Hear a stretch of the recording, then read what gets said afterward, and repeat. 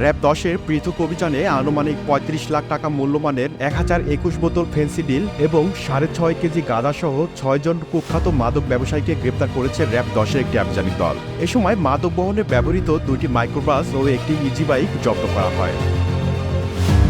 RAB গোয়েন্দা তথ্যের ভিত্তিতে জানতে পারে কতিপয় কিছু মাদক ব্যবসায়ী কুষ্টিয়া জেলা হতে মাদক দ্রব্যের চালান নিয়ে মাইক্রোবাস যোগে রাজবাড়ীর সদর থানা হয়ে ফরিদপুরের উদ্দেশ্যে রওনা করেছে। পরে র‍্যাব ১০-এর আভিযানিক দল রাজবাড়ী জেলার টিএনটি পাড়া এলাকায় অভিযান চালিয়ে কুষ্টিয়া হতে আগত একটি মাইক্রোবাস হতে ১০০ বোতল ফেন্সিডিল, ৫ কেজি গাঁজা উদ্ধার করা হয়, যার আনুমানিক মূল্য ৪,৫০,০০০ টাকা। এ সময় তাদের নিকট হতে মাদক বহনে ব্যবহৃত একটি মাইক্রোবাস, ২টি মোবাইল ফোন, নগদ ৯,৩৫০ টাকা উদ্ধার করা হয়।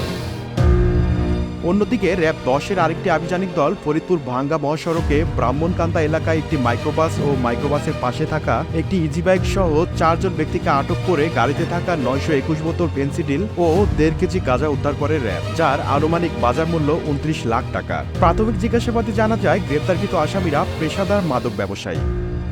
এই বাংলা নিউজ ডেস্ক।